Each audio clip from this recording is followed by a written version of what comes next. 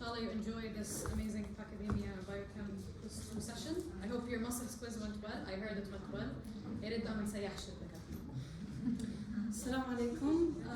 رح نشرح enzymes. So my colleague Ismayl and me Zakaria, we are going to explain enzymes. And let's start. So we need to know that enzymes are biological catalysts. Catalyst in Arabic means حفاز. تمام? Enzymes, in this session today, inshallah, we will know that the reaction can be done without an enzyme. The second thing you need to know is that enzymes are proteins. So proteins, what you studied about amino acids, denaturation, it also is on the enzymes. And it is a tertiary and quaternary because it's active.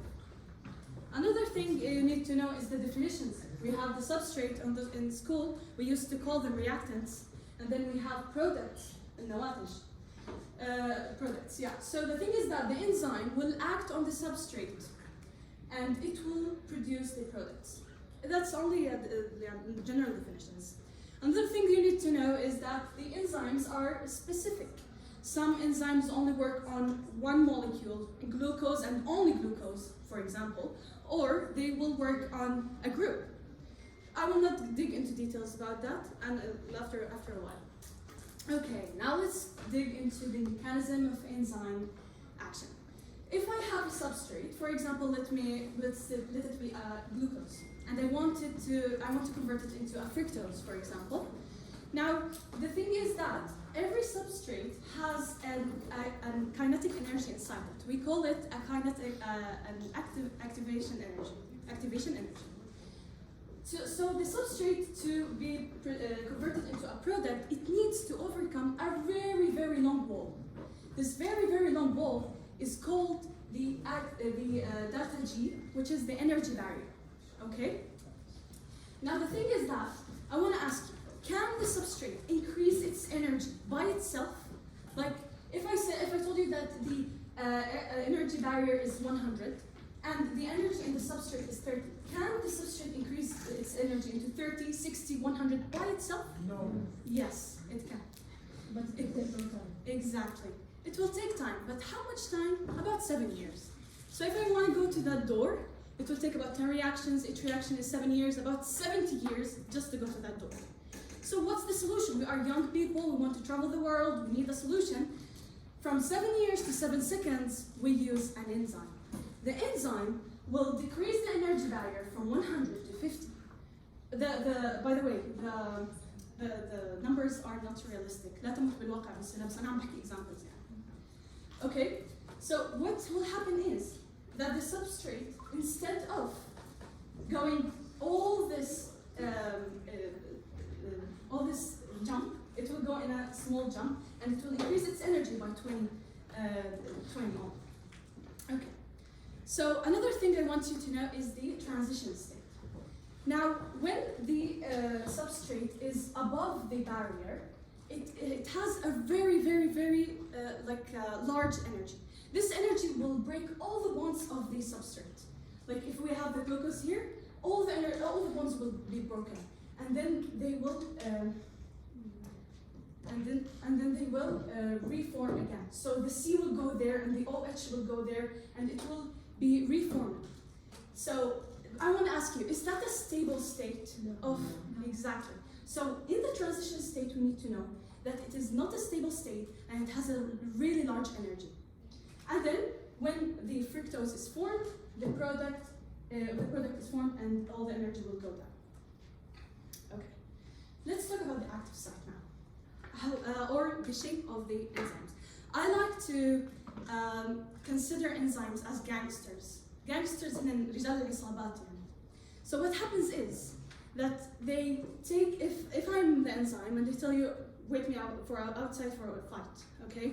The first move I do is that I will stabilize you. I'll stabilize my enemy, okay? The head is here and I stabilize them. In my second hand, I will punch until their face is changed. That's the same thing that happens in the active site of the enzyme. The enzyme will, in the active site, it will stabilize the substrate, and it has amino acids that will have catalytic process that will punch and work on the substrate. Okay? So I want to ask you, I punched this person and then I'm separated from them. Is that a covalent or a non-covalent bond? Non-covalent, exactly. Okay, a question here. The transition state of a catalyzed reaction is, please read it a bit and then I will take up the or something. Yeah. Okay, who says A? Okay, who says B? Okay, who says C? No, C. Who says D? Okay, the answer is D. None of you. None of the above. I'll tell you why. So the first thing you need to know that we said that there will be an unstabilization. However, there will be intermediates. However, the transition state is not an intermediate. Okay, this is a really important thing. The second the second answer is higher in energy than that of an uncatalyzed reaction. Let's go back. Let's go back here. This is the uncatalyzed reaction. Okay. Can you see the energy? 100. And then we have the catalyzed reaction, which is 50. So it is B is wrong. Third thing is lower in energy than the reaction substrate. The thing is that in the substrate, can you see here? It is on 0. There's no energy at all. The substrate. However, in the transition state, it's higher than it. So the answer is none of the above. Okay. Okay. What about the enzyme structure? We have two types of enzyme structures. Simple, which is amino acids that I showed you before, and then we have the complex protein enzymes, where the enzyme needs a non-protein part to function. What are the non-protein parts? It's either a cofactor or a coenzyme. My colleague Israa will talk about them more. The protein part, we will call it an apoenzyme. Okay? If I combine protein part and non-protein part together, I will get a holoenzyme. Holoenzyme is the complex protein enzyme. Okay? Let's talk about enzyme specificity. The thing is that each enzyme will bind to a specific substrate. So scientists gave two models. First model is the rigid model. If the enzyme active site is square, the substrate should be square. Cool. It is rigid, it cannot change. However, in the flexible induced fit, if the enzyme active site is square and the substrate is circle, the substrate, the active site, and the enzyme will change their shapes and then they will bind to each other. That's yeah, what's this? Question. Is it A? B. That's right. However, why is it B? Be careful. It's a circle. What? Oh, it's okay. So, if as you can see here, the active site is open. However, when the substrate entered, it closed. Any change in the shape means it's an induced fit. Okay? Enzyme classifications. Thank you so much.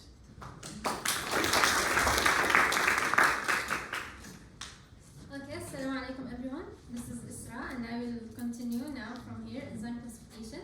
So according to Dr. Osama, you need to know the enzyme classes in order of how the book gave them.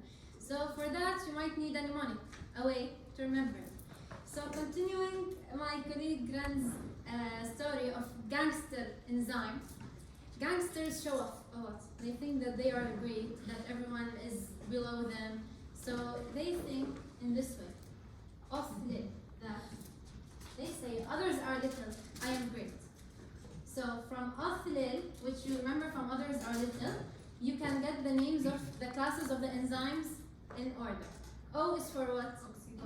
Oxidoreductase. T, transferase, excellent. H, hydrolase. L, the first L, lyase. I, isomerase. And L, the last one, ligase. So you recognize this movie? Matilda, yes. The ones who had actual childhood. Very nice movie. Okay, so these are the enzyme classes. Very briefly, very easily. Oxidoreductase, from the name. Oxidation, reduction. Means loss of electrons. Yes, hydrogen, oxygen, the loss and gain of these molecules. So of course in the quiz, or the exam. You won't be like finding out the electron of each atom and saying, oh, there's a loss of electron, gain of electron. That's a waste of time, and many people actually don't know how to do that. We didn't take it. So you look at, so there are easy examples to remember from the name: oxidoreductase, oxidases, reductase, peroxidase, anything with oxidase in it, anything with oxygen, oxygenase, and hydrogenase, dehydrogenase. I want you to focus a lot on this enzyme. Does this? Oh, yes, dehydrogenase enzyme. Very, very important. You'll have it even later in metabolism. It will keep being repeated, and you need to know specific things about it. So that's about oxidation reduction. And I'll tell you tips after this how to recognize what's the enzyme does. Transferase, from the name, we're transferring or taking a group from one molecule to another. So from also very easy, you'll know from the name of the enzyme, it will start with trans, like transaminase, or it will end with transferase, like aminotransferase. Have them in bold there. Hydrolase, it's cleavage of bonds by adding water. So you'll see in the reactants that we have like a molecule, water was added, and suddenly you see that it's separated into two molecules. That's hydrolase. And this is usually the hydrolytic enzymes in the digestion. Proteases, breaking down proteins, lipase, breaking down lipids, esterase, phosphatase, also I want to focus on it because remember it as an example of hydrolase. Lyase, it's you'll see that you have a molecule in the reactant. You look at the product, oh, a water molecule was removed from this reactant, or a carbon dioxide was removed, or an amino group was removed. So it's basically used to remove a group, which is usually these three, from the reactant, and you'll see it in the product, this group. You'll see like plus H2O, plus CO2. I'll give you these tips after this. And lyase is sometimes confused with hydrolase. Why? Because lyase also, it's not only removing, it removes, forms double bonds, and also it can add water to a double bond. So if you see, we said in hydrolase we add water to break the molecule, right? But if you see that there is a double bond in the reactant and I'm adding water, that is the function of the hydratase enzyme. So it's a lyase, because lyase, we said it adds to double bonds or removes to form double bonds. Okay? So do not confuse between hydrolase and lyase. Isomerase, between isomers. So does anyone here know what isomer means? Can anyone give me the definition? Different structure. So it's still like the same molecular formula, different structure, different arrangement. You have epimerase, racemase, and mutase. Some of these you will understand them more in the carbohydrates because you'll actually understand what is epimerase, because epimerase changes between epimers, but these are still isomers. Racemase changes between D and L isomers, which are also mentioned in the carbohydrates chapter. And mutase, it just moves the molecule, but within the same molecule. I mean, it's not transferase, it is an isomerase, because it's within the same molecule, I'm moving. So it's still rearrangement. Finally, ligase. Ligase, you have molecules, you join them. What is a very famous example for ligase? DNA ligase. So if you have that in your mind, you remember that DNA joins the nucleotides to form DNA. You know ligase joins molecules to form the product, the one molecule. And very famous examples, carboxylase and synthetase. Synthase and synthetase. These two. So you might get confused. Oh, synthetase is lyase or ligase. I thought maybe an easy way. Lyase, it's like one syllable. It's like easy to say. Lyase, synthase. So these together. Ligase, there's this G in it. Synthetase. So this might make it easier for you. The synthase, lyase together, they just go together. Synthetase with ligase. And carboxylase is also very important ligase. It adds carbon dioxide. Maybe you could also say that synthetase with the T requires ATP to join molecules together. Yes, that's a very nice way to put it. Excellent. So also as Rahma, mashallah, she mentioned that ligase, to join molecules you need ATP. So you might remember the synthetase with a T, ATP. Okay, that's another way to put it. Okay, important tips, the ones I talked about. Dehydrogenase, you see NADH, FADH, dehydrogenase, directly. And what's dehydrogenase is what type of enzyme? Oxidoreductase. So this you need to remember also in metabolism, carbohydrate metabolism. You'll always see it. Kinase requires magnesium cofactor. You'll also see it in metabolism later on. That kinase, what type of enzyme? That's transferase, excellent. Because it transfers phosphate groups.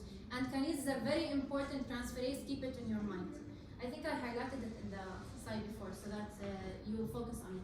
So it requires magnesium cofactor. Kinase is an ATP involved reactions because it transfers phosphate groups. So you see ATP is becoming ADP, or there's any transfer of phosphate groups, you know it's a kinase, you know it's a transferase. So these are quick tips for you in the quiz. Hydrolase reaction, H2O is in reactants. Why? Because we're adding water to break bonds. What is the exception? When it is added to a double bond. That is when it is a lyase. Okay? In lyase, also that's quick tips also because we're removing H2O, CO2 or NH3. You'll see them in the product. So you look at the reaction, you'll see H2O in the product that will give you a hint. Oh, so did we remove H2O? We focus and you see, oh, it's lyase then.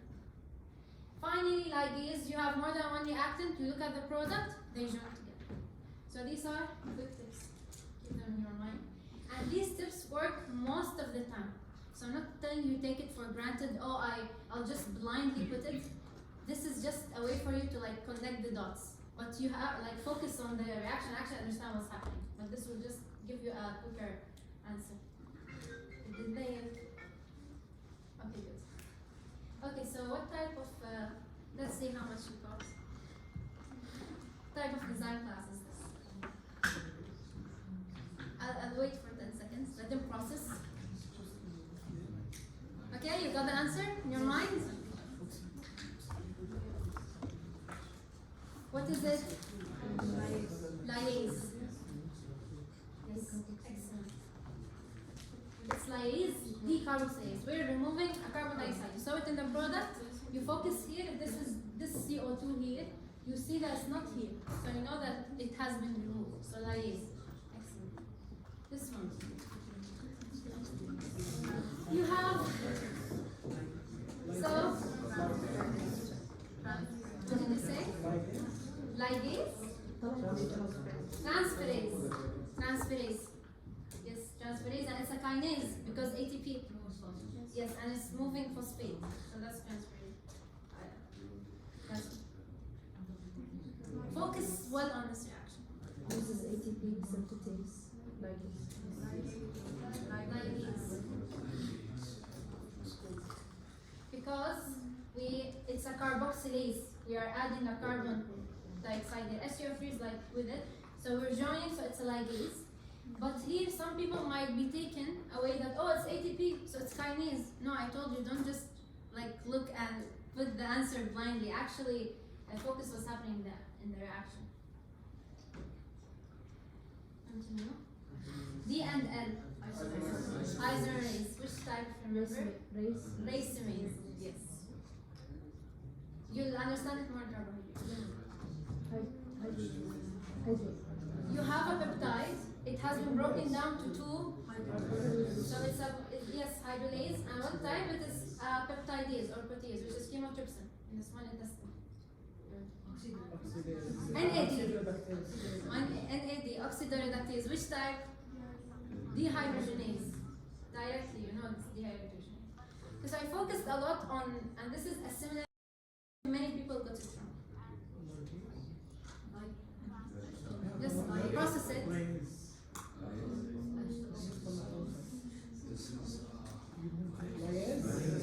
It's like Okay, so let's just, what did you say? Okay, so we have here two, right? Two molecules of this. We join them, right? So it is a ligase. But we have water in the product, so it might be a lyase. And we have ATP here, so it might be a kinase. No, it's not broken down. just yes, it's not being. You're not removing the main thing here that's happening that you're joining two products, two reactants to form the product. So it's a ligase. Many people got it wrong, and also they see ATP and they're like, oh, it's a kinase. And actually, in the exam last year, they showed the whole mechanism above of how ATP is converted to ADP. Some people focused on that and they're like, oh, it's a kinase, and they forgot the main reaction equation that's literally down there to focus on. Okay? So I focused a lot on the types because they're very important. These are questions you can answer them. So we come to catalytic mechanisms. You have an enzyme that looks like this, okay? And you have, this is the substrate, okay? Now, do you think this will be efficient catalysis? What can you modify better in this image? Closer. So you bring it closer, like this. Proximity, very important. And flip it, orientation. So like this, because it's like oval shape, so if you draw the enzyme again, if you flip it like this will fit better. That's why it's important for the substrate to be in the correct orientation and to be close to the active site. So that's proximity and orientation. You know how you do this. Okay, and this is by non-covalent bonding, as Ren mentioned before. So by non-covalent bonding. Electrostatic effects, this also brings the orientation and all that, because we have amino acids in the active site. They form, there is a charge distribution. You took the types of amino acids, and I expect you remember them. The 4 classes of amino acids, there's polar, non-polar, acidic, and basic. So between the polar ones and the acidic, they have charge. So through this charge, they can attract the substrate to bring it closer and also orient it well. By non-covalent interactions. Until now, it's all non-covalent. Acid-base. What type of amino acids involved? Serine, tyrosine. Give me the class because we will not list them. Acidic, basic. Acidic, basic. That's it. Because it's literally acid-base from the name. So you know that the acidic and basic enzymes amino acids are involved through proton transfer. And this depends on the protonation of the amino acid. So also this was mentioned before in the protein chapter, that when you have, for example, in lysine is a basic amino acid. Was this right? I hope so. Okay, so lysine has the NH3, it's actually NH2 group. When it's protonated, it becomes NH3+. In this case, does it donate the H+, or it takes one? Donates it, because it already has an H+, it won't become NH4+. Okay, so it donates it. So in that case, as a donor, it will be an acid. But if it's in the NH2, it's an acceptor. It can accept the H+, so it acts as an acid, as a base. Sorry. So that's how these interactions happen. And here it's only acid-base is only by proton transfer. And yes, it is acidic and basic amino acids, but along with tyrosine and cysteine.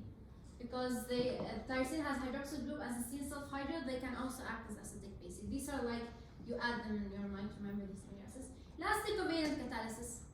Covalent interactions. Actual covalent bonds are happening but they are unstable, because imagine a stable covalent bond. Yes, the substrate is binded to the enzyme to be changed, but we want to let it go, we won't leave it forever in the enzyme, we want the product to leave. So it's unstable covalent bonds. And it happens by electrophilic and nucleophile interactions. And these are the amino acids involved. Again, acidic amino acids, along with cysteine and serine. You just need to know them briefly. Okay, so I heard that this figure apparently is included with you. It wasn't included with us last year. So just like very quickly, like you have here, we're seeing the hydrolysis of esters. Okay, so in 3 different environments. One of them with the hydroxide, presence of hydroxide ion. Here you have general base catalysis, which means this B negative. Why did I highlight it? It is amino acid side chain. It is an amino acid that is acting as a base. So now this ester is in the active site of the enzyme, and through these interactions you have the basic amino acid interacting. Here you have an acidic amino acid, or an amino acid acting as an acid acting, okay?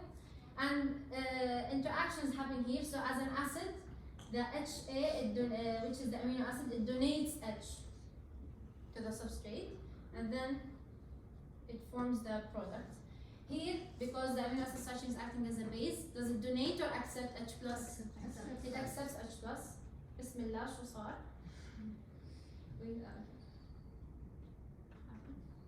Guys, anything happen? Okay. Okay. So one might ask, what's the difference between general base and hydroxide? Both are bases. Both are basic environments. What's the difference? Yes, sir. Hydroxide is an unrealistic example because you can't have it in the body, but we can have an enzyme in the body, so it acts. Makes Okay, the water so another way that yes, the general base and general acid, we're talking about enzymatic reactions. These are happening in enzymes. This in the lab, because ester hydrolysis happens in the lab. If you took chemistry for, you'll know that you took the equation of ester. We can put it in the lab with hydroxide. So this is not inside our body. These are enzymatic reactions. Okay, so just briefly understand this figure. Lastly, in the active site, we have amino acids. Some of them participate directly in catalysis. And which ones are they? Polar and charged, which means acidic and basic. So acidic, basic, polar, all involved in catalysis in the active site. Which ones left? Non-polar. They are non-catalytic. They just support. So, okay, that's a question.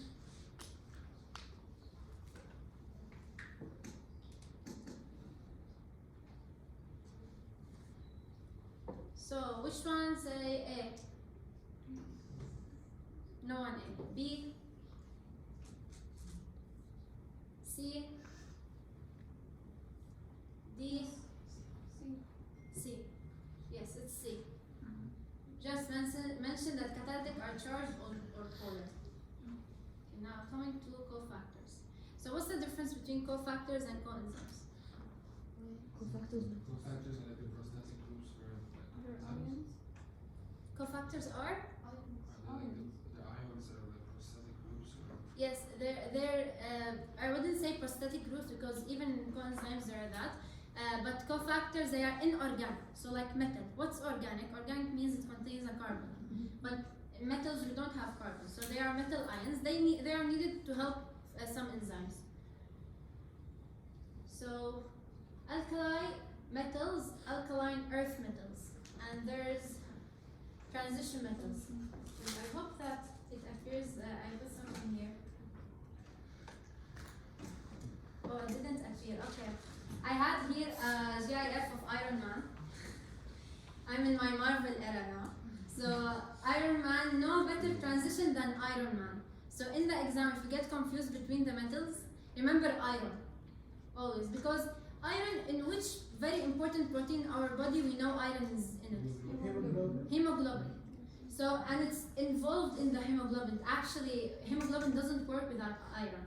And iron, no better transition because we all love the suit up scenes of Iron Man. He has best transition into his suit. So you remember iron as a transition metal, and it's important. So you remember that transition metals are the ones that are involved in the catalysis, and they are tight. T with T. T with T, okay? But alkaline earth metals, they are loose. And if you pronounce Al, L is loose. So they are loose and they have structural role, not in the catalysis. Importance of transition metals. They have positive charge. If they are positive, what will they attract? Negative, which are electrons. So they electrophiles. They love electrons because they are positive all the time. They need some negativity. So again, the interactions due to their charge, they can attract the substrate and orient it. And they mediate redox reactions because they have different oxidation states. And here's a code that might help you remember this. Coenzymes. Now these are organic. Cofactors not organic. These are organic. They contain carbon. And we have a very, very, very lovely table coming up about the vitamins that I'm sure it's very easy for you to memorize. Inshallah, we'll explain it and might create like something for you to memorize it also. So coenzymes, you just need to remember they're organic, not non-protein. They are changed by the reaction. So enzymes are not changed. We know they're not altered, but coenzymes are altered. So they need to be regenerated after the reaction. And most coenzymes are derived from vitamins. Some of them are loose, bound to the enzyme. Some of them are tight. They're in prosthetic groups and they're always there. Okay, so let's try together to create something to remember them. And I know that the book did not order them in this way, but I find this way much more easier to remember because I'm literally ordering them from 1, 2, 3, 5, 6, 7, 9, and 12 because the book has them mixed up. So thiamine, when you read it, what does it remind you? Thiamine, the thigh, okay? Riboflavin, ribs. You have a question? Yeah, in the book for the table, like they mentioned all these names, but they didn't mention from B1 all the way to B12. We only have like a couple. Yeah, only a few of the numbers were mentioned, but this is like because the numbers here are in order, and it will help you also remember the name. So it's not necessary for you to link the number to the name, but this is just an easy way for you to remember them. Because for example, riboflavin and niacin, you'll see together they are for redox reactions. In the table, there are other vitamins between them. So it's like they're grouped together now and they have the same function. So remember 2 and 3, and if you remember the image here, it might help you to remember the function. Okay, but it's not necessary for you to remember all the numbers, unless the ones that are mentioned in the book, but this is an easy way to remember it. The picture will continue, so we'll take a picture in the end. So thigh, rib, the ribs, niacin, nicotinic acid also, so it's the neck. So that's, so from down to up, thigh, rib, neck, 1, 2, 3. You remember the enzyme. Pantothenic acid, what does it mean? Pans. So we give pans to the skeleton, why not? Pyridoxine. This is a hard one. Pyramids. Just like a triangle. I couldn't put a pyramid there, come on. And biotin from tin. Tin is actually a hat. You'll see tin foil hat. You know this hat? It's made of tin foil. Because this is just a way for you to order them. And when you order them, and if you order them in this way and put their functions, you'll see that the functions they are easier to remember. Folate and cobalamin. I recommend you to remember the name cobalamin for B12. This is also answering to your question. B12 is only mentioned as vitamin B12 in the book. But then you look at the coenzyme name, it's a very long name. But it has cobalamin in it. So if you remember that vitamin B12's name is cobalamin, you will know how to relate them together. Okay.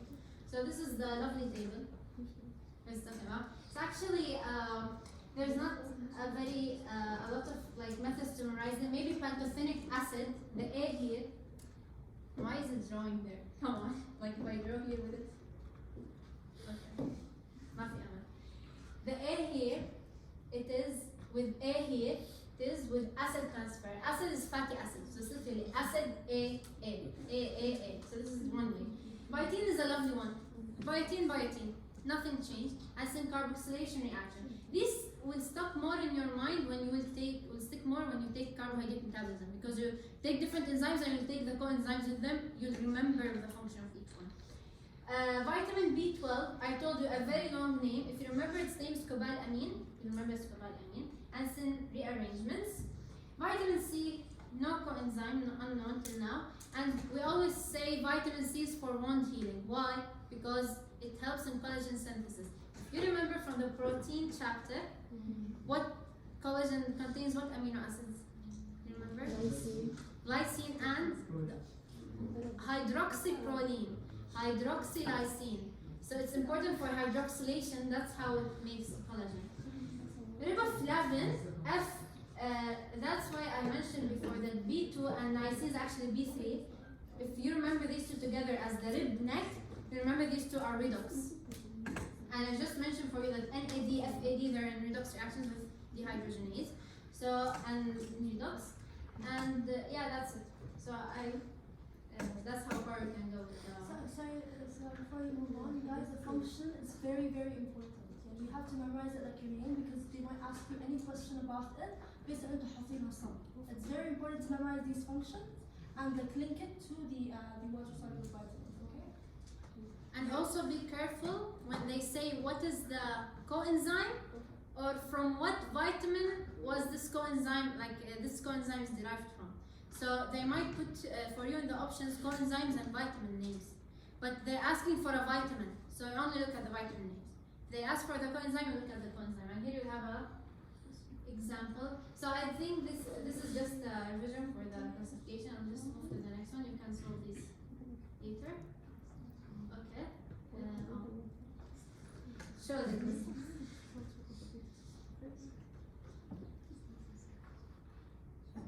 So cofactor, alkaline earth metals, Al, L, lose.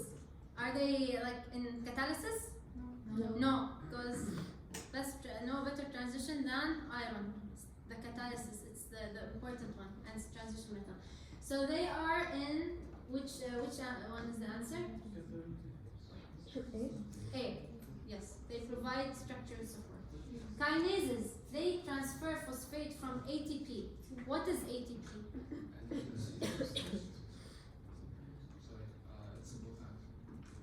ATP is a cofactor? I think again. Kinase, we have, okay, it will right here, no problem. You have ATP being converted, for example, to ADP. And the enzyme here is kinase. So is ATP, what is it? It is the substrate. And ADP is the product. So ATP is actually a substrate. It's not, and co-substrate, it is coenzymes, but when they are loosely bound. So when they leave, they are called co-substrates. But some coenzymes are always there, like in prosthetic groups. Oh, this is an example for the vitamins. You just read it, process it. Important one. It came last.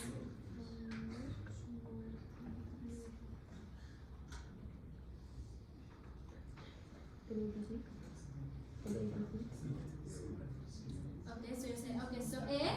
Anyone A? Anyone B? Anyone C? Oh, you said B. Who's C? Guys, answer. D? Also there is B. It's D. Okay, we'll see. No, it's not D. Okay, so first of all, because one of you said B, you said C. It says in the question, this coenzyme is derived from which vitamin? So we want the vitamin, not the coenzyme, which I warned you about it. Be careful what they want in the question. Yes, NADP is needed in removal of hydrogens, basically oxidation reduction reactions, hydrogens. So it's, this might be hinting to dehydrogenase enzyme. NADP is a coenzyme, but they don't want coenzyme. They want the vitamin. So yes, nicotinic acid is also true, and vitamin B2. What is vitamin B2? Thigh, rib, neck, riboflavin. So it's B2. Temperature and pH. This you took in protein. Enzyme is a protein after all. So at a very low temperature, there will be no kinetic energy. It will be very lazy, very cold. You know, when you're cold, you're just like stuck in your place. You can't move. You don't have energy. As you increase the temperature, increase kinetic energy. So the increase of collisions, and it reaches the optimum temperature, the temperature at which it works the best, which is at the peak. After that, if you increase the temperature higher, like by a good range, the enzyme gets denatured. What does denature mean? Broken down. Yes, like broken down the bonds. It will be all over the place because the enzyme has a specific shape. It will be like, the shape will be messed up, it can't bind the substrate anymore. The pH, also the same. pH is also important because we talked about acid-base catalysis and these mechanisms. This depends on the pH of the enzyme. That's why on the pH of the environment in which the enzyme is. That's why each enzyme has an optimum pH, a pH at which it works best. So which enzyme from the body do you know works best at acidic? Pepsin, yes, it's in the stomach, so acidic. You go to the small intestine, you have chymotrypsin or trypsin. These are in basic. If you switch them, trypsin in the stomach, denatured does not work at all. Pepsin in the small intestine also denatured does not work at all because changes in pH disrupt the charge in the active site, so it changes the enzyme. Okay, I'll just this question. There are long answers.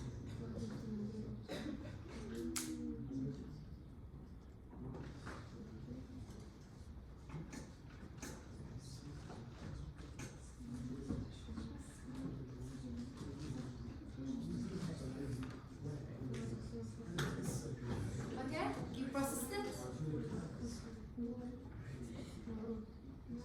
They're still processing. Okay, who says A? No, definitely enzymes do not secrete anything in this case. B? No? No one B? Really? Okay, C? D? No. Okay, yes, it is correct. It is C. Uses the, yes, deserves a high five. Uses the amino acids, does not secrete, does not affect. And this is a very cute question, I hope you. What is it? Inactive, yes, at low temperature. If very high, 60, what will it be? Denatured. If I tell you a pepsin enzyme, or enzyme works in acidic, is put in pH of 8. Also denatured. So inactive is at low temperature. So be careful that low temperature is inactive, not denatured. It's inactive. Very high, in high temperatures, it's chymotrypsin alcohol dehydrogenase. These are mentioned in your book. So because we always advise you to study from the book better than PowerPoints. PowerPoints just like summary, but to be on the safe side, study from the book. These are mentioned. I'll just tell you the quick points you need to remember. Brief.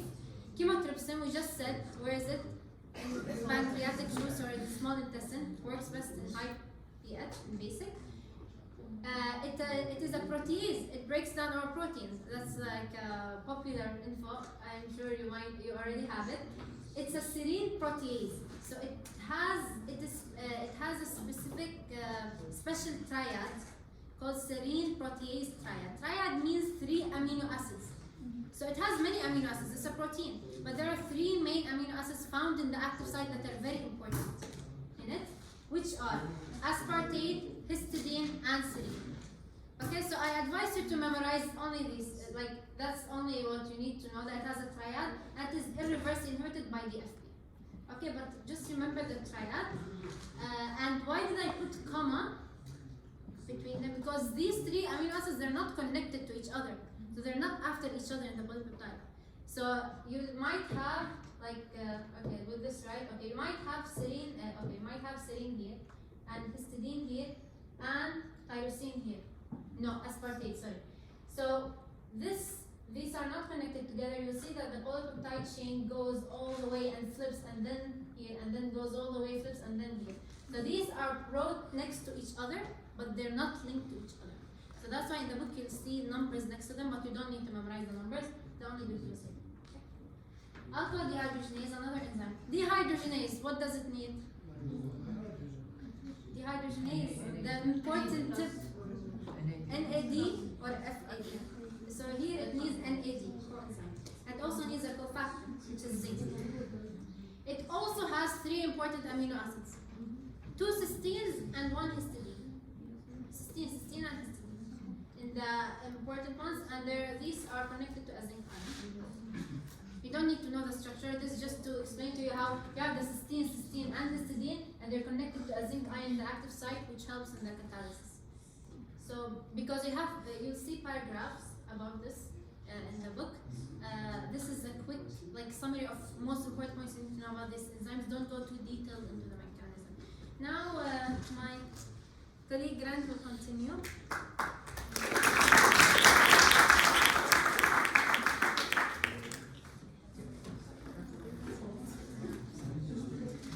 Okay, so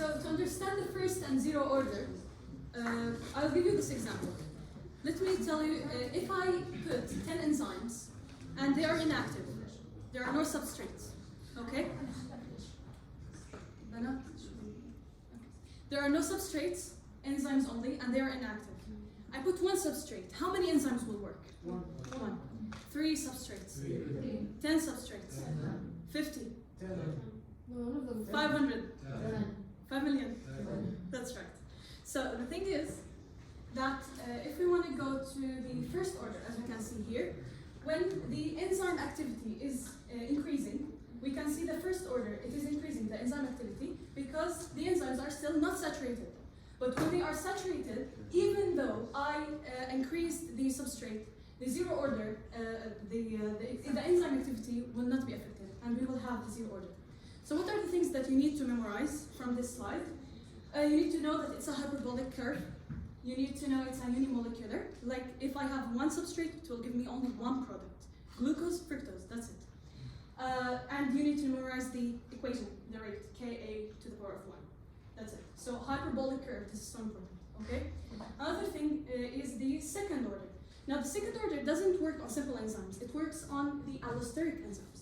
An allosteric enzyme is that, okay, let's go back to the simple enzyme. We have an active site and that's all right.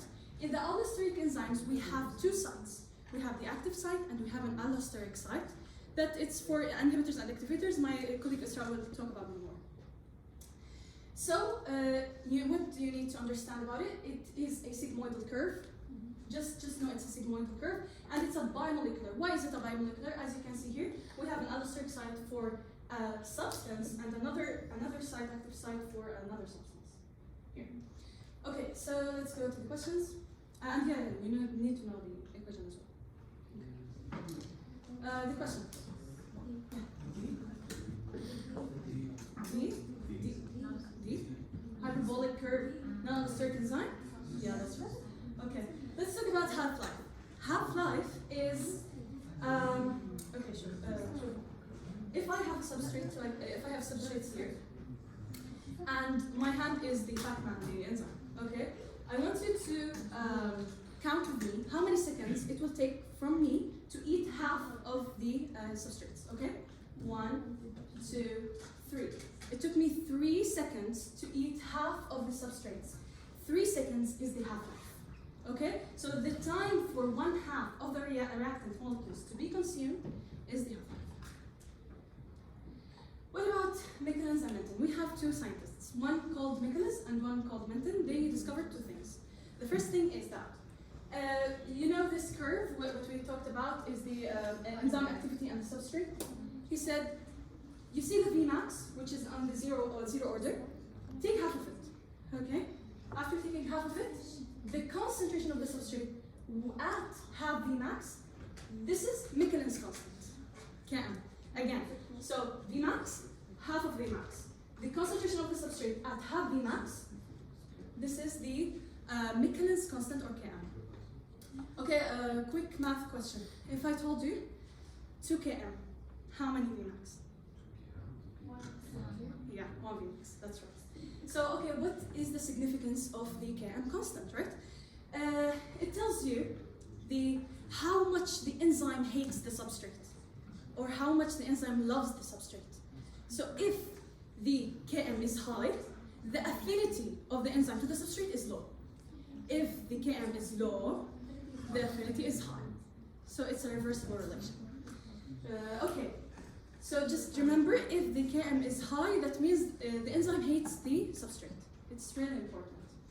And okay, another thing here that they discovered, that as I told you, we have an enzyme and we have a substrate. We have an enzyme and we have a substrate. They are still not bound to each other. There is a factor that will associate them with each other that we call a K1. Okay? And then there is, after they are an ES complex, okay, there is a dissociation factor that will dissociate from the enzyme from the product. So here, in the ES complex, the enzyme acted on the substrate and that gave us a product. Now the factor here, we call it a dissociation factor 2. And then we have here an association factor, which is K1. We have here a K-1. It is a dissociation factor as well, but it is neglected and small. It's not important. However, they told us that if I have a Km, if I want to get the Km without the graph, I will put the dissociation factors over the association factors. So I will have K minus 1 plus K2 over K1. Just know the equation. Don't يعني ما تحل عليها أسئلة ما في داعي. Okay. So I think it's hard a bit to take the values from a hyperbola. So what we did is we converted into a linear equation. What's the linear equation? Y equal mx plus b. Okay, just to memorize the variables and what do they mean, I have this small mnemonic, is that the slope is km over v max y because k comes before v in the alphabets. A, B, C, D, E, F, G, H, I, J, K, L, M, N, P, Q, R, S, T, U, V. So the slope is k over v, okay? What about the y-intercept? Because y looks like v, so y-intercept is 1 over v. Again, what about the x-intercept? Okay, the x-intercept means negative 1 over km. What did I tell you km means? Height, right? So height x.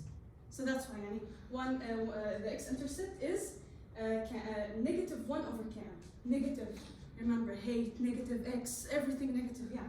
Another thing, when the x-axis is 1 over s because we say x, okay? And then we have y is 1 over v because y looks like v. Easy? Cool. Now, I want you to memorize that. If I told you y equal mx plus b on those variables, can someone tell it to me? Okay, y-intercept. No, y-axis is 1 over v. 1 over v naught equals m. What's m? Km over v max. X mx 1 over s, yeah, and then plus b negative 1 over v. No, plus b y-intercept. Y-intercept is 1 over v max. Yeah, 1 over v max. Who told us that? Anyways, you need to memorize the y(x equals 1, y equals mx plus b on those variables because you need to know to convert it as a reciprocal to this.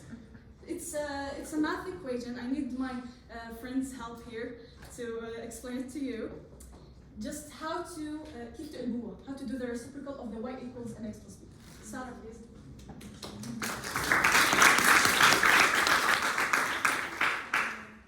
So guys, I used last year to memorize one of these, and whenever they ask anything about any one of each equation, I have the model and I can extract anything. So now, what does this equation, the name of the law, line mover, صح?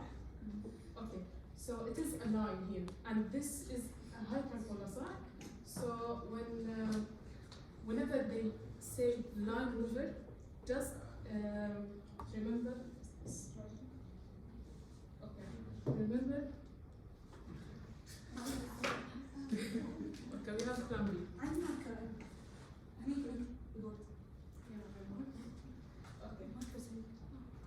Whenever we say line mover, it is a line. So remember this from the high school.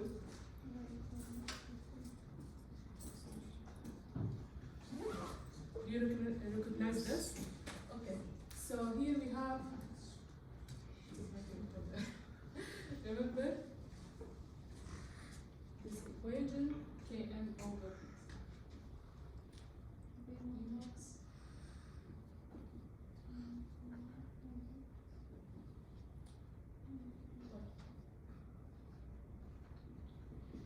So I memorized this equation, okay? So this is line mover. We want to convert it to Michaels. Do you remember from the math class how do we نوحد المقامات? What do we do?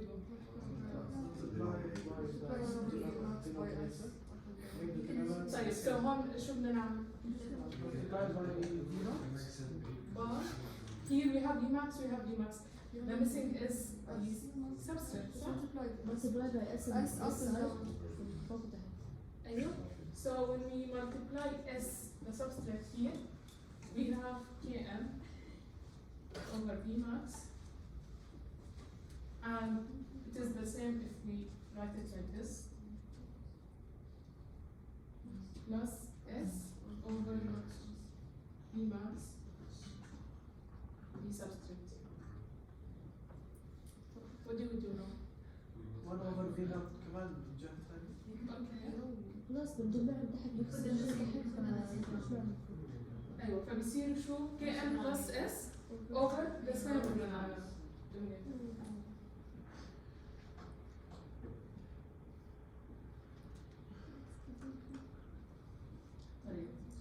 So what do you see here?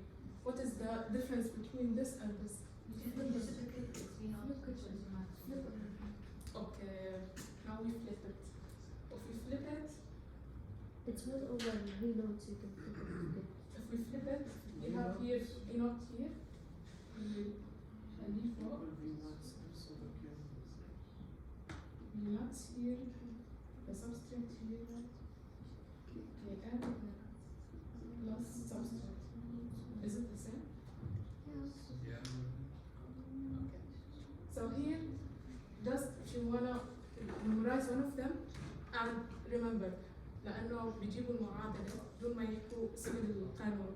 So it is y equal mx plus b, so it's a line في y intercept. So yeah, that's it.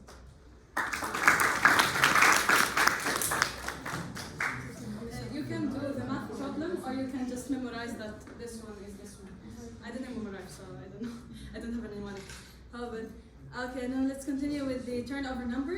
You just need to know the definition here. I can help you to like understand it. It says the number of substrate. Okay, so we have, for example, 10 substrate molecules that I want to convert them to 10 product molecules in a rate of time, in 5 seconds, for example. This is the turnover number, the number of substrates that is converted to the products over the time. Okay, or we can say it's a catalytic rate. So this is the turnover number. We call it Kcat. The specificity constant is Kcat over Km, which means the catalytic constant over the affinity. Okay. Now this is the most important thing, and I can't say it on the front of the camera, but okay. This is the most important thing. The enzyme inhibition. Okay, so we have reversible inhibition and irreversible inhibition. What is inhibition? معناها بالعربي تثبيط. أنا بثبط الإنزيم. So it's slower, okay, or it hates the substrate more. How? We don't know. We don't know yet. I'll tell you how. Anyways, so I'll tell you about the inhibitors, the irreversible inhibitors in details. But let's talk about the irreversible a bit. It's when the inhibitor is bound to the enzyme and it doesn't leave it. So it's a covalent or a non-covalent? Covalent. That's right. Okay, so let's talk about the competitive inhibitor. I did a comic, a small comic, so you can remember. So the normal thing is that the enzyme is bound to the substrate. However, one day there was an annoying person that showed up called inhibitor. Okay, so the inhibitor here is so annoying, and it's so like it looks like the substrate so much. It's like its twin. We call it an analog, structural analog. So the enzyme here is confused. Do I bind to this or this? So the substrate tells him, bind to me, I'm the enzyme, I'm the substrate. The inhibitor tells him, no, you're a liar, I am the substrate. You're a liar, I'll kill you, I'll fight you, whatever. Who wins? They fight. Who wins? Inhibitor. Inhibitor won over the substrate. And it took its place, unfortunately. So I want to ask you, what do you do usually when someone takes your right? Do you fight back? Yes. No, you cry, okay? So you cry, and then you go back home and cry again to your father, okay, or your parents. You tell them, مسح كرامتي الأرض, my dignity is wiped out now. I was attacked by an inhibitor. So the thing is that the father, what does he do? He gets his phone. Yeah, brother, you have 50 people. Get them. We need to get revenge. 50 cars. Get them. So now we have Ashira to substrate all is here. Okay. So what like a normal person would do if they were in the inhibitor? What would they do? They would run, of course, because اخواننا المصريين بيقولوا الجري نص الجدعنه، لا الجري الجدعنه كلها. And then the substrate goes to its place and it's happy. That's that competitive inhibitor. The competitive inhibitors here. Okay, what we're saying, yeah, the inhibitor and substrate are competing with each other on one side, which is the active site. This is the first thing. The second thing is that the enzyme has a low affinity to the substrate now. It's bound to the inhibitor, so it's okay. It doesn't يعني خلاص بطل يهتم بالسبستريت. The affinity decreases. The third thing is that if I want to remove the inhibitor, what do I do with the concentration of the substrate? Increase the concentration of the substrate. Cool. Now, a thing I want to ask you: can this inhibitor, competitive inhibitor, bind to the enzyme if the substrate was in the active site? No. Exactly. That's it. Km and Vmax, I will tell you about them more. What about the non-competitive inhibitor in here? Yeah, it's an allosteric site, but let me tell you a small story here. Of course, it's a non-competitive. That means it doesn't compete on the active site. It goes to the allosteric site. So again, what? Okay. You know, guys, I am an athletic person, and I do my morning runs. So one day, when I was in my 550 lap, you know, I saw my cousins. Okay, they told me, "What are you doing? I'm running. We want to go with you." I told them, "Okay." Told me, "No, you need to carry us." I told them, "Okay," because I'm an athletic person, you know. So I put the first one here and the second one here, and I was running. However, I couldn't complete the 551 lap because I was slow, and they were slowing me. That's exactly the same thing that happens in the non-competitive inhibitor. It is carrying the substrate and carrying an inhibitor here. So the Vmax or the speed is lowered. Cool? Yeah. Okay, now I want to ask you, can the inhibitor bind to the enzyme if the substrate was there? Yes. Yes, because it has its own. Exactly, it has its own. Can it bind to the enzyme if the substrate wasn't there? Yes. Yes, it can. Because it has its site. It can enter. Okay, what about the uncompetitive inhibitor here? Again, it won't compete with the inhibitor on the site, on the active site. It has its own site. However, it is respectful. It will tell the enzyme and the substrate, please bind to each other, and then I will bind. It won't bind if the substrate wasn't there. It won't bind. There should be an ES complex, so it can bind. Another respectful thing here is that the concentration of the substrate should be high, so it can enter or to be effective. Like wow. Okay. Question. تفضل. E? E. Yes, that's right.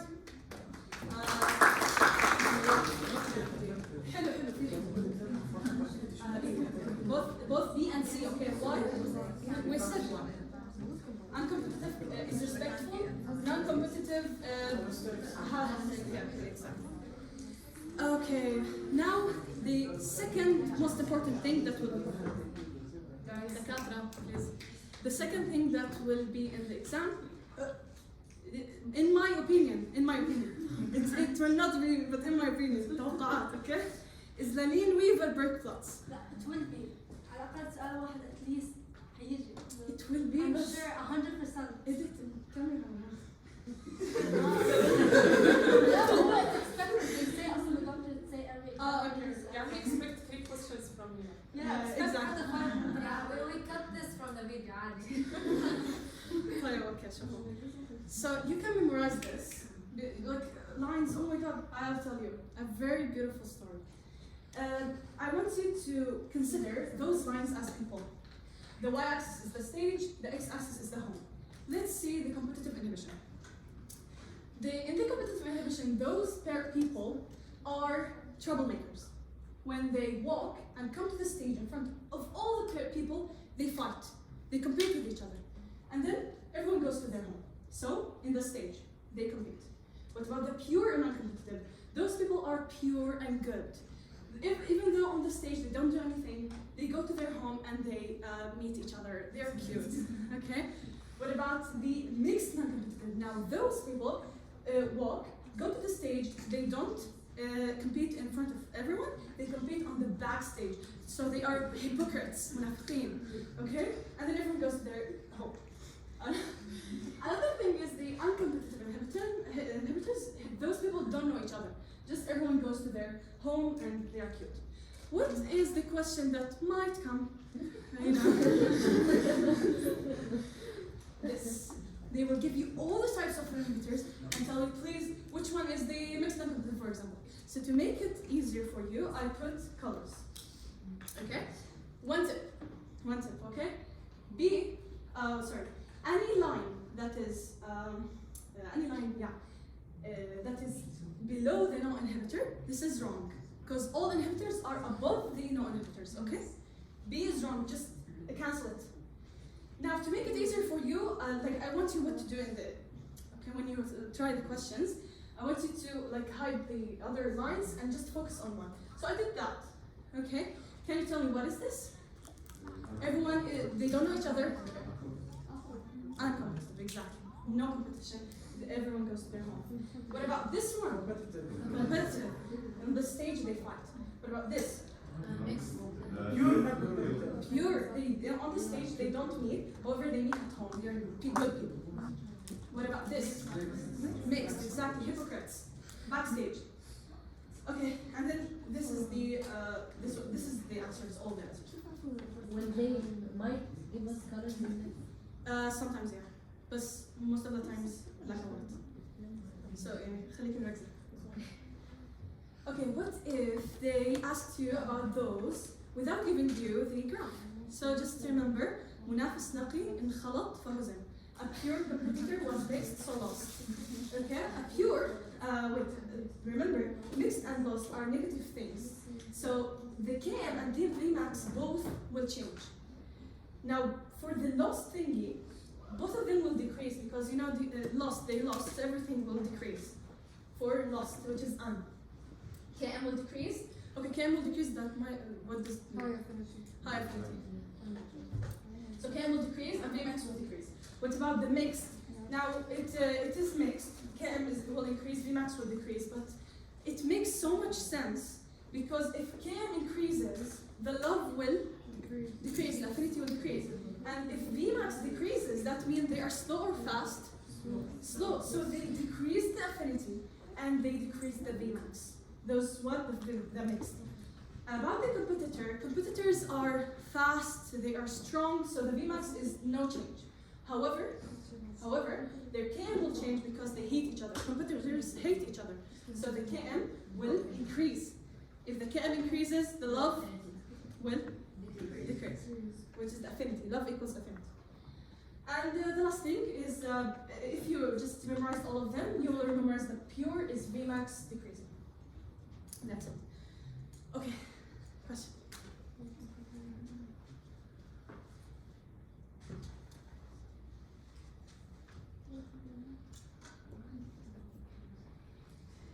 Do you want me to read the question with you? أقرأ? Okay. So both uncompetitive inhibitor and mixed non-competitive, so and mixed, affect the Km and Vmax. They affect both of them. Which of the following is the difference between the two? See, okay, just let us remember. Uncompetitive, both of them will decrease because they lost everything, right? So Km and Vmax will decrease. Let's search for this answer. Uncompetitive inhibitor increases Vmax? Okay, uncompetitive inhibitor increases Km? Wait, what? Wait, okay, sorry. So both of them are wrong. Uncompetitive inhibitor decrease both of Km and Vmax? decreases it meaning both or the Both. just KM? Km and Vmax. Will the uncompetitive inhibitor decrease both of them? Uncompetitive. That one. The first part is just Only KM. Wait, what? Mixed non-competitive increases KM, uncompetitive inhibitor Yeah, I know. decreases. I'm just. Okay. Okay, let's خلينا نركز على الميكس احسن. اوكي. مين على السي؟ اوكي. سي.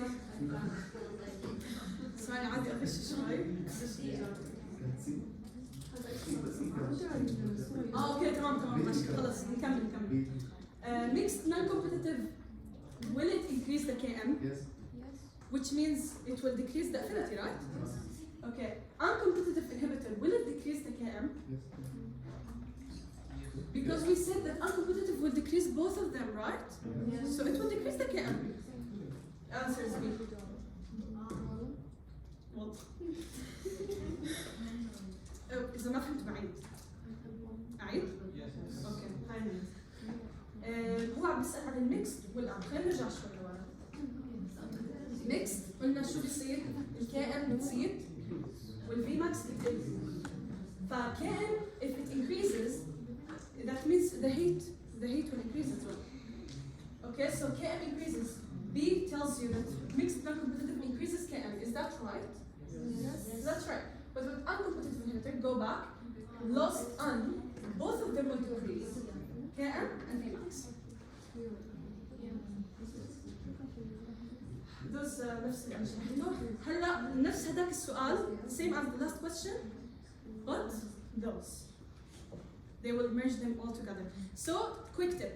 When you see those, your eyes go to the intersection. If there's an intersection, this is an uncompetitive inhibitor, FONA. Okay? And if there's no intersection, it's either competitive or not competitive. How to differentiate?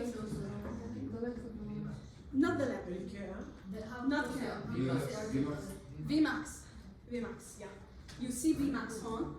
If it's the same Vmax, just extend this here. You'll see that it's the same Vmax. If it's the same Vmax, that is competitive. And we said before that competitors are fast and they have strong body. However, the Km will change, right? Because they hate each other. This is the competitive inhibitor. Non-competitive, the Vmax changes. Okay, question. Here. I'll make it easier with colors. And then one. This is what? Competitive, exactly. Because they have the same Vmax. No intersection, exactly. Yes. The first thing you need to see is there intersection? No intersection. So yeah. What about this? Uncompetitive. Yeah. What about this? No mixed. Non-competitive. تمام؟ معناها لما الفي ماكس يكون مختلف بيكون شو؟ non-competitive. أنا خلصت جزئيتي. لا wait باقي آخر نقطة. بس بدي I want you to understand that enzymes love to work in crowded areas, which in the body there are a lot of things. So here, what's the answer? C. Works best in crowded environment. That's right. أنا خلصت. يعطيك العافية.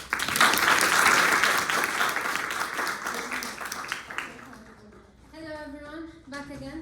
Quick brief and okay. So what if we don't have more than one substrate? Okay, so they either enter hand in hand. They're friends. They want to get beaten up together, like we said, gangster enzyme. So they enter together, sequential. Or they're either يعني organized. You enter before me, but we enter together. We won't get beaten up. يعني the enzyme won't beat us up until both of us are there. Or random, ما بتفرق أنت أول أو أنا. Okay? So that's basically sequential. All substrates need to be in the active site for the reaction to proceed and product to form. So you see, substrates enter, that's when product leaves. And this is example in the book, which is lactate dehydrogenase, that NAD, the NAD enters before lactate, but the reaction does not proceed until both of them are there. Okay? And this is order sequential. Random doesn't matter the order. Double displacement, one sacrifice. They're not actual friends. لا, you enter, get beaten up, and ويتشوه الوش and leave. Then I will enter, get beaten up, and then I will leave. So the first substrate enters, gets converted to product and leaves, and then the other substrate enters, gets converted to product and leaves. So they don't enter hand in hand. They displace each other. That's why it's called double displacement. And this is, we see it in transamination reactions. Yeah, this is a very Easy. Release of product before all substrates bind. Which one? Double displacement. Excellent. Well, after all substrates bind, that's sequential. Enzyme regulation. Why do we need it? Because it will be chaos if we don't regulate enzymes. So we need to regulate it somehow. Genetic control. In order to save energy, we're not, for example, lactose. Maybe we don't eat lactose all the time, or maybe bacteria doesn't face lactose all the time. What should they always do? Make the enzyme lactase.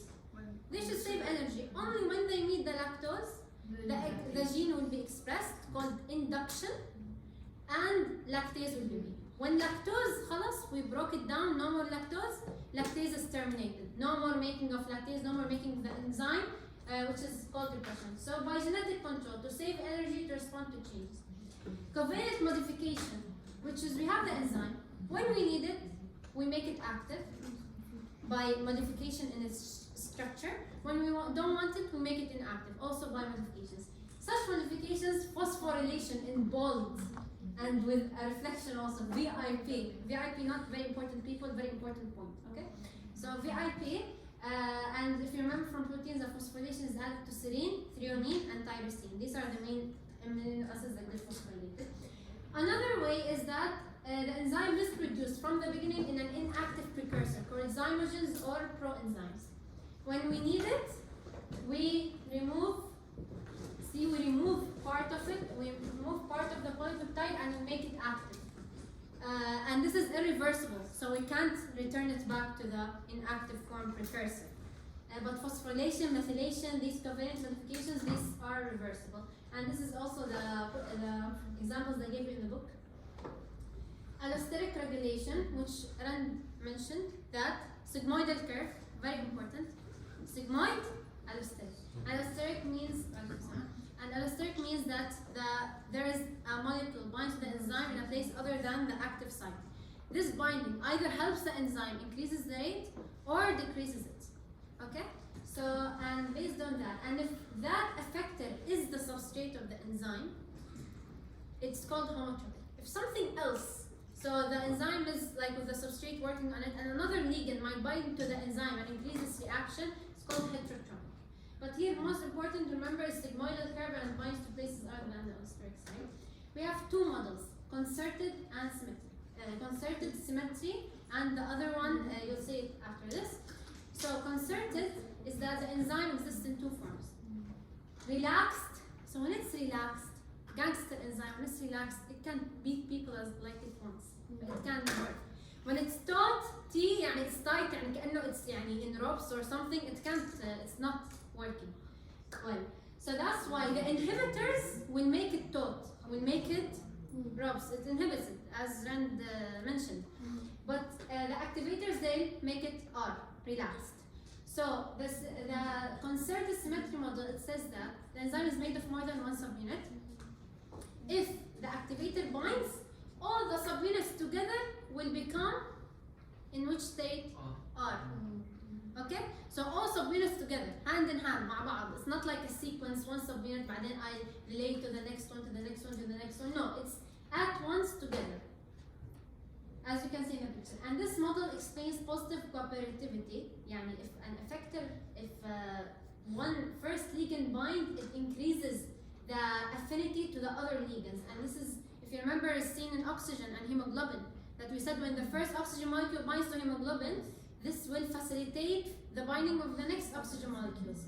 So, but this model does not explain negative cooperation. No, opposite.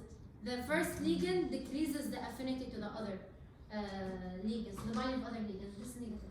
This is why we use this model, sequential model, because it explains both of them. It explains positive cooperativity and negative cooperativity. So it is the general model for all allosteric regulations. And this one, it differs that when one subunit changes to R, then next subunit changes, next subunit changes, next subunit changes. So it is sequential, not together, concerted. Okay? Lastly, compartmentation. Okay, so why do we need it? The enzyme is working in the cytoplasm. We don't want it to work. We take it, yalla, get locked in the mitochondria, it will not work.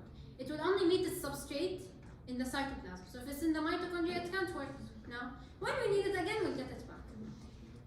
Microenvironments, if مثلا cytoplasm, again, substrate والenzyme meet there, so it's a crowded place for this reaction, so this increases the reaction rate in that place. Specialized reaction conditions, like in lysosomes, they have low pH, so we lock enzymes there, which need the low pH. So that's the importance of compartmentation. If these enzymes leave, they destroy the cell and they won't command because they need low pH. So the cell is not also compatible for them. Lastly, damage control. So by compartmentation, if we produce any toxic reaction products, we can remove, separate them somewhere by compartmentation. Okay, you can answer this later when you get the. This is just quickly. What type of graph is this? Hyperbolic. This one? That one is which type? Allosteric. This one displays the Lineweaver plot Km and Z. So these are the last remarks. Study well, do your best, trust yourself. There's still the very nice carbohydrates lecture coming up. And here I put GIFs for, I really want them to appear, but I'm not sure whether they're not. I wanted to appear. Okay guys, so I put, you watched the episode of Mr. Bean in his exam? You saw how he was crying? Okay, so you have either that, or you have another one who's jumping on the chair. Yes, I got the questions I love and I know. So which one will you be during the quiz? You know that. And thank you. Inshallah, the second one.